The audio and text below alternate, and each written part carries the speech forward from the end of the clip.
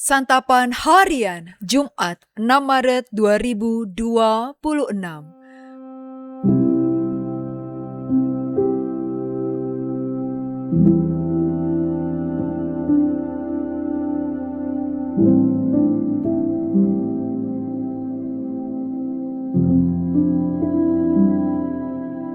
Inilah program Santapan Harian, sebuah program yang mengajak Anda menelusuri isi Alkitab, agar Anda menemukan makna firman Tuhan sesuai dengan konteksnya.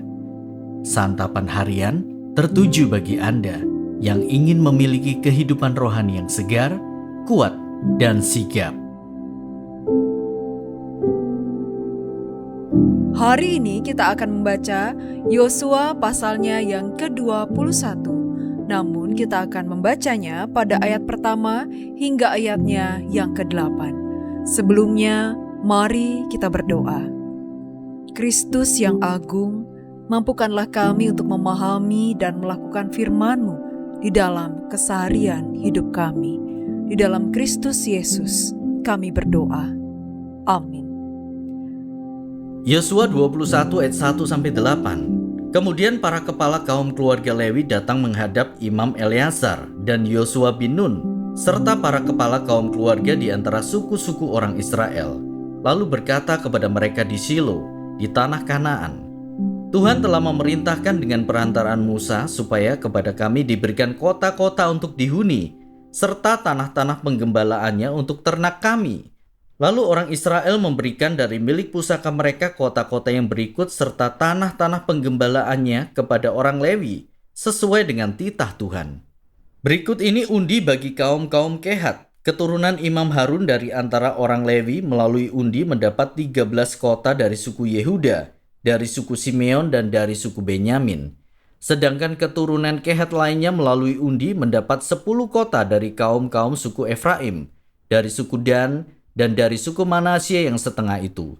Keturunan Gerson mendapat melalui undi 13 kota dari kaum-kaum suku Isakar, dari suku Asyer, dari suku Naftali, dan dari setengah suku Manasye yang di Basan itu.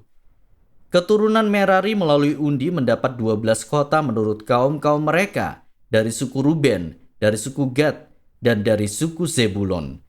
Demikianlah orang Israel melalui undi memberi kepada orang Lewi kota-kota itu, serta tanah-tanah penggembalaannya, seperti yang diperintahkan Tuhan dengan perantaraan Musa.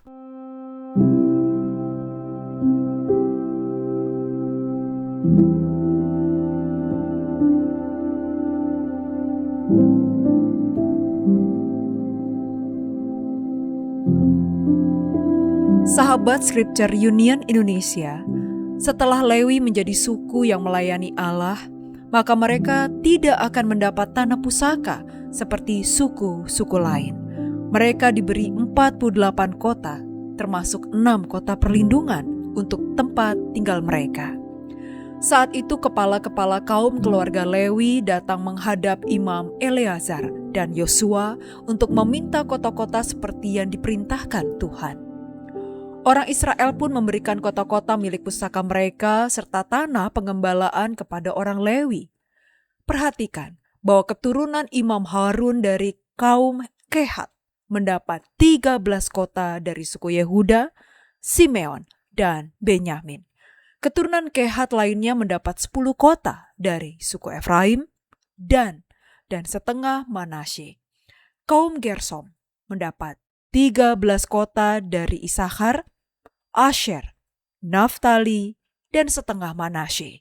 Sedangkan keturunan Merari mendapat 12 kota dari Ruben, Gad, dan Zebulon. Kehat, Gersom, dan Merari adalah 3 orang anak Lewi.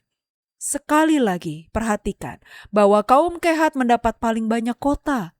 Hal itu adalah karena Harun berasal dari kaum Kehat. Para imam diberi 13 kota, sedangkan kaum Kehat yang lain diberi 10 kota. Sehingga total ada 23 kota untuk kaum Kehat. Setiap kota diberikan dengan tanah pengembalaan supaya para imam dan Lewi dapat mengembalakan ternak yang diberikan sebagai persepuluhan oleh suku-suku yang lain. Dengan demikian, Jelas bahwa Allah mengerti akan kebutuhan umatnya dan memberikan pemeliharaan supaya mereka dapat memiliki tempat tinggal di kota-kota mereka sendiri. Kepada imam yang pelayanannya sangat khusus, Allah memberikan pemeliharaan yang khusus.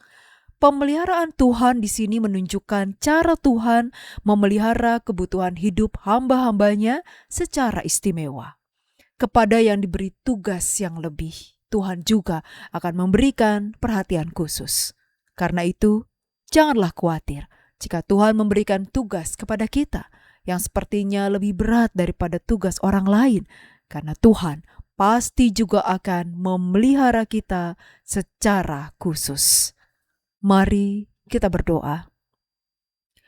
Bapa yang penuh kasih, Engkau mengerti setiap kebutuhan umat-Mu, bahkan sebelum kami memintanya.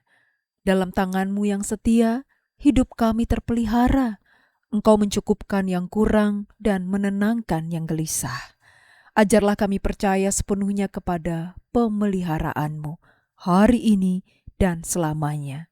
Di dalam nama Putra Kudus-Mu, Yesus Kristus, kami memohon. Amin.